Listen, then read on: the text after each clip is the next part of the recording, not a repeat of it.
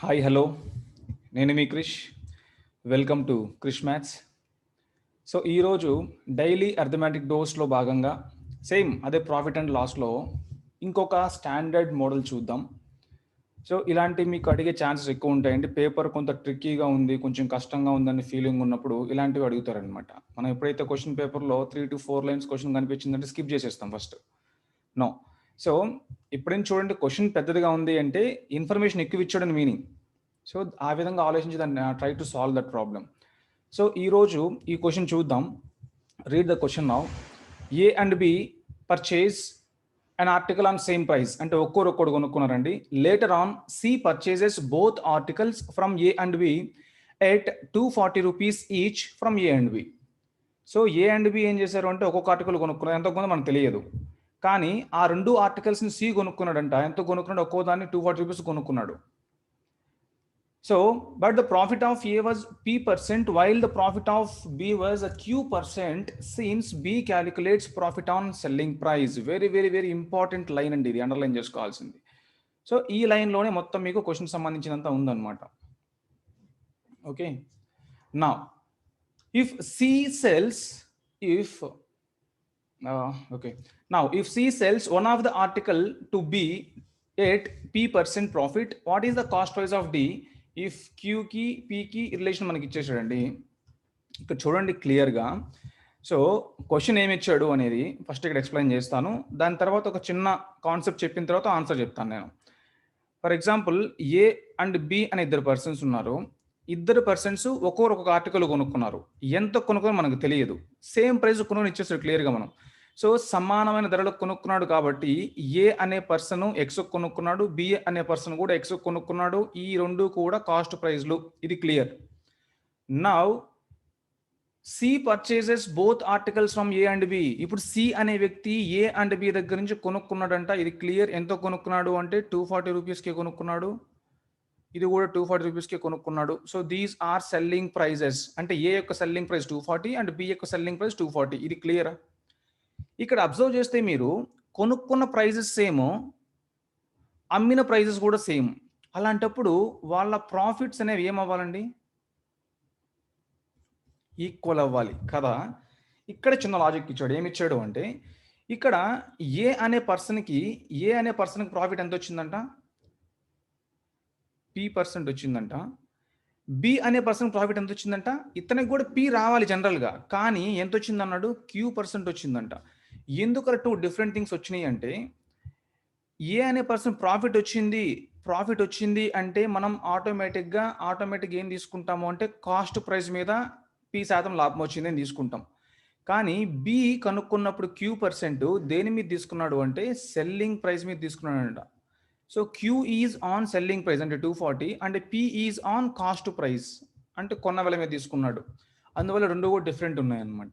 మనకి లాస్ట్లో ఒక వాల్యూ ఇచ్చాడు చూడండి, క్యూకి పీకి రిలేషన్ ఇచ్చాడు. సో దీన్ని కూడా మనం యూటిలైజ్ చేసుకోవాలి సొల్యూషన్లో. ఇది క్లియరా? సో ఈ విధంగా ఏ అనే పర్సన్ కాస్ట్ ప్రైస్ మీద, బి అనే పర్సన్ సెల్లింగ్ ప్రైస్ మీద ప్రాఫిట్ని కనుక్కున్నాడు కాబట్టి ఇతనికి P%, ఇతనికి Q% వచ్చింది. మనకి క్లియర్గా ఇచ్చాడు. ఇప్పుడు ఏం చేశాడు అంటే ఈ సి, ఈ 240 అనేవి ఏకి బికి సెల్లింగ్ ప్రైస్ అయితే ఈ ప్రైస్కి ఎవరికి అమ్మింది? సికి అమ్మాడు. అంటే సికి ఏమవుతుంది? కాస్ట్ ప్రైస్ అవుతుంది అనమాట. ఇప్పుడు సి అనే పర్సన్ ఎవరికి అమ్మాడు అంటే మళ్ళీ తీసుకెళ్ళి డికి అమ్మాడంట. ఎంతకు అమ్మాడు అంటే P%కి అమ్మాడు. ఇక్కడ ఏదైతే ఏకి వచ్చిందో P% ప్రాఫిట్, అదే పర్సెంట్ ప్రాఫిట్ పెట్టుకొని తిని కూడా అమ్మేసాడు డికి. ఇప్పుడు డి కొనుక్కున్న ధర ఎంత అని అడుగుతున్నాడు అన్నట్టు. ఇది క్లియరా అండి? నా ఇది నేను క్వశ్చన్ ఎక్స్ప్లెయిన్ చేశాను ఇప్పటిదాకా. మీకు ఇప్పుడు చిన్న కాన్సెప్ట్ ఎక్స్ప్లెయిన్ చేస్తాను. అది అర్థమైన తర్వాత ఇప్పుడు నేను చెప్పేది మీకు అర్థమవుతుంది. కాన్సెప్ట్ ఏంటి అంటే, ఫర్ ఎగ్జాంపుల్, ఏ అనే పర్సను, బి అనే పర్సను ఇద్దరు ఒకటే ఆర్టికల్ కొనుక్కున్నారు. 100 రూపాయలు కనుక్కుందాం. ఏ అనే పర్సన్ దాన్ని 120 రూపీస్కి అమ్మాడు. బి అనే పర్సన్ కూడా దాన్ని 120 రూపీస్కే అమ్మాడు కదా. అంటే ఏకి ఎంత ప్రాఫిట్ వచ్చిందండి? 20 రూపీస్. ఎంత శాతం వచ్చింది అంటే 20%. ఎట్లా వచ్చింది 20%? 20 అనేది ప్రాఫిట్ బై కాస్ట్ ప్రైస్ వేసుకోవాలి కాబట్టి ఎప్పుడు కూడా కింద 20/100 ఇంటూ 100 వేసుకున్నాం. సో 100 క్యాన్సిల్ 20 వచ్చింది, ఇంతేనా? సో 20% ప్రాఫిట్ వచ్చింది చెప్పుకుంటున్నాం. బికి ఎంత ప్రాఫిట్ వచ్చింది? 20 రూపీసే ప్రాఫిట్. కానీ ఇక్కడ ఈ క్వశ్చన్లో దేని మీద కనుక్కున్నాడు ప్రాఫిట్ అనేది? ఎస్పీ మీద కనుక్కున్నాడు, అంటే సెల్లింగ్ ప్రైస్ మీద కనుక్కున్నాడు. So what is the profit percent? So profit by నార్మల్గా ఏం వేసుకోవాలి, కాస్ట్ ప్రైస్ వేసుకోవాలి. కానీ ఇక్కడ ఎస్పీ మీద కనుక్కున్నాడు కాబట్టి ఏం వేసుకోవాలి అంటే సెల్లింగ్ ప్రైస్ వేసుకోవాలి ఇంటూ 100. సో ఇదెంత అండి, 26లు 25లు, సో 2 3 2 10, సో మొత్తం 50/3 అంటే ఆల్మోస్ట్ ఇంత దాదాపు 17%, అందుకని తక్కువ 13 17 51 కాబట్టి సో దాదాపు 17% అనమాట. ఇక్కడ చూడండి ఈ ప్రాఫిట్ ఏమో 20%, ఈ ప్రాఫిట్ ఏమో 17% తక్కువ వచ్చింది. ఎందుకు తక్కువ వచ్చింది అంటే ఇన్ టర్మ్స్ ఆఫ్ రూపీస్ పరంగా మాట్లాడుకుంటే, మనం ఇన్ టర్మ్స్ ఆఫ్ రూపీస్ పరంగా మాట్లాడుకుంటే 20 రూపీసే, ఇక్కడ 20 రూపీస్, ఇక్కడ 20 రూపీసే. కానీ ఇన్ టర్మ్స్ ఆఫ్ మనం పర్సంటేజ్ పరంగా మాట్లాడుకుంటే ఇక్కడేమో 20% వచ్చింది, ఇక్కడేమో 17% వచ్చింది. ఎందుకు డిఫరెన్స్ వచ్చింది అంటే ఇక్కడ ఏ కనుక్కుందేమో కాస్ట్ ప్రైస్ మీద. మామూలుగా మనం ఎప్పుడు కనుక్కున్నా సరే లాస్ కానీ ప్రాఫిట్ కానీ మనం సిపి మీదే కనుక్కుంటాం, ఇది మనకు తెలిసిందే. కానీ బి మాత్రం దేని మీద కనుక్కున్నాడు అంటే ఎస్పీ మీద కనుక్కున్నాడు అనమాట, సెల్లింగ్ ప్రైస్ మీద కనుక్కున్నాడు. సో అతనికి ఏమైంది అంటే ప్రాఫిట్ మార్జిన్ తగ్గినట్టుగా అనిపిస్తుంది పర్సంటేజెస్లో. ఇది క్లియరా? సో ఇక్కడ ఏకి అంటే ఏ కొనింది ఎక్స్కే, బి కొనింది ఎక్స్కే, ఏ అమ్మింది 240K, బి అమ్మింది కూడా 240K, ఇద్దరికి ప్రాఫిట్ సమానం. ఇప్పుడు ఇన్ టర్మ్స్ ఆఫ్ రూపీస్లో ప్రాఫిట్ సమానం. కానీ వేరాస్ కమింగ్ టు పర్సంటేజెస్, ఇక్కడ కూడా చూడండి ఇన్ టర్మ్స్ ఆఫ్ రూపీస్లో రెండు కూడా సమానం, కానీ పర్సంటేజ్ ప్రకారంగా తీసుకుంటే మార్పు వచ్చింది. ఇక్కడ కూడా ఇన్ టర్మ్స్ ఆఫ్ రూపీస్ సమానం అయి ఉండొచ్చు, కానీ పర్సంటేజెస్లో మార్పు ఉందన్నమాట. అందుకే ఒకటి పి అయితే ఇంకోటి క్యూ అయింది. ఇది క్లియరా? అంటే చూడండి ఇక్కడ మీనింగ్ ఒక చిన్న థింగ్ రాస్తాను, దాన్ని బట్టి మీకు అర్థమవుతుంది. ఇప్పుడు ఫస్ట్ కేసులో ఏకి వచ్చిన ప్రాఫిట్ ఎంత 20 రూపీస్, సెకండ్ వచ్చింది కూడా 20 రూపీసే, అది ఇక్కడ రాస్తున్నాను. So 20% of 100 is equal to 17% of 120, అంతేనా? 20% ఆఫ్, ఇక్కడ 20% దేని మీద, 100 మీద. So 20% of 100 is equal to ఇక్కడ 17% దేని మీద, 120 మీద. So 17% of 120, both are equal to 20 rupees అనమాట. ఇది క్లియరా? సో రెండింటి యొక్క ప్రాఫిట్లు సమానం అని చెప్తున్నా ఇక్కడ నేను. రెండింటి యొక్క ప్రాఫిట్లు సమానం కాబట్టి వాటి శాతాల్లో కూడా సమానం చేసుకున్నా. ఇదే ప్రిన్సిపల్ని నేను ఇక్కడ వాడుతాను అనమాట. చూడండి ఎట్లా యూజ్ చేస్తాం అనేది. నౌ ఏ అనే పర్సన్, బి అనే పర్సన్ ఇద్దరు కూడా సమానమైన ధరలో కొనుక్కున్నారు. So X. నా ఇద్దరు అమ్మింది కూడా సమానమైన ధరలకి 240. ఇది క్లియరా? ఇతనికి ఎంత వచ్చింది అంటే P% ప్రాఫిట్ వచ్చిందంట, ఇతనికి ఎంత వచ్చింది అంటే బికి Q% ప్రాఫిట్ వచ్చిందంట. ఇది క్లియరా? సో ఇక్కడ దాకా వాడు చిన్నగా వేసుకున్నాం మనం. నా ఇక్కడ చూడండి, ఇంతకుముందు మనకి ఏదైతే 20% 17% వస్తే 20% of cost price is equal to 17% of selling price వేసుకున్నాము.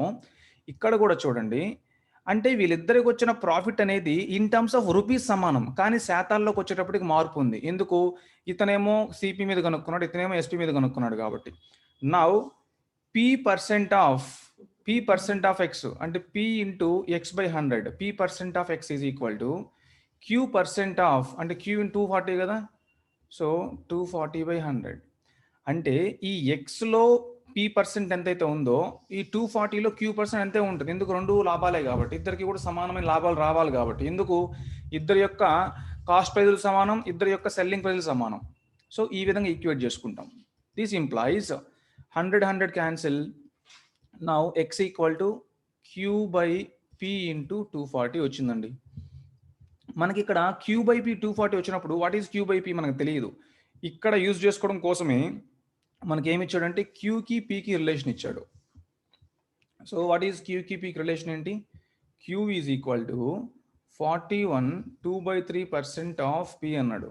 సో ఇది మీకు తెలిసే ఉంటుంది. 5/12ని మనం 41 2/3 కింద రాసుకుంటాం. సో 5/12 రాసుకుంటాం కాబట్టి Q is equal to 5/12 P. Now this implies Q/P equal to 5/12. మనం ఈ Q/P యూజ్ చేసుకుంటాం అనమాట. అంటే ఏమవుతుంది ఇది? సో ఇక్కడ ఏమవుతుంది అంటే 5/12 into 240. This implies 100. So what is 100 and X? X అంటే ఏంటి? ఏకి బికి యొక్క కాస్ట్ ప్రైజెస్. సో ఏ యొక్క కాస్ట్ ప్రైస్ 100 అండ్ బి యొక్క కాస్ట్ ప్రైస్ కూడా 100. ఇది క్లియరా? సో నాకు ఇప్పుడు 100 రూపీస్ వచ్చింది. ఏంటి 100 రూపీస్? ఏ యొక్క 100. నౌ సి అనే పర్సను వీళ్ళ దగ్గర నుంచి 240 కొనుక్కున్నాడు. అంటే తనకి ఎంత శాతం లాభం వచ్చినట్టు? ఎంత శాతం లాభం వచ్చినట్టు? 140%. ఎందుకు? ఇతనికేమో 100 రూపీస్. సో ఇతనికేమో 100 రూపీస్, ఇతనేమో 240 కొనుక్కున్నాడు. అంటే ఏకి ఎంత లాభం వచ్చింది అంటే, P% లాభం వచ్చింది. సో P% లాభం వచ్చింది అన్నప్పుడు ఆటోమేటిక్గా 100 రూపీస్ కాస్త 140 240 అయింది అంటే 140 రూపీస్ ఎక్స్ట్రా. సో 100 మీద 140 ఎక్స్ట్రా అంటే ఎంత? 140%. అంటే ఏకి వచ్చిన లాభం ఎంత అండి? P% ఎంత అంటే 140%. ఇది క్లియరా? పి ఎందుకు కనుక్కున్నాను అంటే ఇక్కడ డీకి అమ్మినప్పుడు తనకు వచ్చింది కూడా పి లాభం కాబట్టి కనుక్కొని పెట్టుకుంటాం ఫస్ట్ మనం. నౌ ఇక్కడ మీకు క్లియర్గా తెలిసింది ఏంటి అంటే దీని నుంచి, సో పి అనేది 140%, ఇది క్లియర్. నౌ ఏ అనే పర్సన్ 100 రూపీస్ కొనుక్కున్నాడు, దాన్ని 240 రూపీస్కి అమ్మాడు, ఇది మనకు తెలిసింది. తనకి వచ్చిన లాభం ఎంత అంటే 140%. ఇదేనా మనకు అల్టిమేట్గా తెలిసింది. నౌ సి అనే పర్సన్ 240 కొనుక్కున్నాడు కాబట్టి ఈ 240 అనేది ఏకి సెల్లింగ్ ప్రైస్ అవుద్ది, కానీ సికి ఏమవుద్దండి? అది కాస్ట్ ప్రైస్ అవుతుంది. అంటే సి ఎందుకు కొనుక్కున్నాడు? 240 రూపీస్ కొనుక్కున్నాడు. సో సి పరంగా మాట్లాడుకుంటే తనకి ఇది కాస్ట్ ప్రైస్. దీన్ని ఎవరికి అమ్మాడు? సో సి యొక్క సెల్లింగ్ ప్రైస్ ఎంత? డీకి అమ్మాడు. డీకి ఎంత అమ్మాడు అంటే ఈ P% లాభానికి అమ్మాడంట. P% లాభానికి అంటే పి అంటే ఎంత మనకి? 140 అని తెలుసు ఆల్రెడీ. సో 240ని P% లాభం అంటే 140% లాభం అని అర్థం. So what is 140?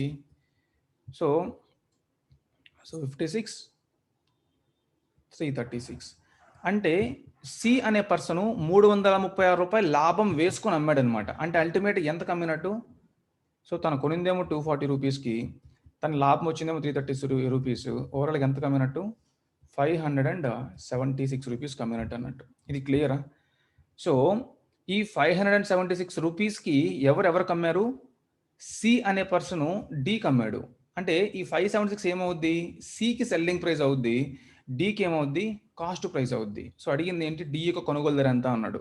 సో మీరే చెప్పండి, డి కొనుగోలు ధర ఎంత అంటే 576 అని చెప్పాలన్నట్టు. ఇది క్లియరా? సో ఇక్కడ సింపుల్ థింగ్ ఏంటి అంటే ఎక్స్ కొనుక్కున్నారు కాబట్టి ఆ ఎక్స్ వాల్యూ కొనుక్కున్నాం ఫస్ట్ ఆఫ్ ఆల్. దెన్ ఇక్కడ మనం P% సెకండ్ టైం ఇచ్చాడు కాబట్టి మనం P% తెలుసుకోవాలి ఫస్ట్. సో అది కనుక్కున్నాం 140% అని చెప్పి. సో మనకు 100 తెలుసు, 140% అని తెలుసు, ఆటోమేటిక్గా ఇది 240 అని తెలుసు. 240ని కాస్త అగైన్ 140%కి డీకి అమ్మాడు. సో అదంతా మనకు తెలిసింది 576 అని. ఈ 576 సికి సెల్లింగ్ ప్రైస్ అయితే డీకి కాస్ట్ ప్రైస్ అవుద్ది. సో మన క్వశ్చన్లో సి యొక్క సెల్లింగ్ ప్రైస్ ఎంత అని అడిగినా 576, డి యొక్క కాస్ట్ ఎంత అని అడిగినా కూడా 576. ఇది క్లియరా? సో ఈ క్వశ్చన్కి ఆన్సర్ ఎంత అంటే 576 రూపీస్. సో ఇలాంటి క్వశ్చన్స్ చాలా ఇంపార్టెంట్ అండి. మీకు పేపర్ ట్రికీగా ఉంది, కొంచెం కష్టంగా ఉంది అన్నప్పుడు మీకు ఇలాంటి మోడల్స్ ఎక్కువ అడుగుతుంటారు అనమాట. ఓకే, నోట్ చేసుకోండి. Hope you understand. Thank you. So రేపు ఇంకొంచెం మంచి మోడల్తో డైలీ అర్థమేంటో స్టార్ట్ చేస్తాను.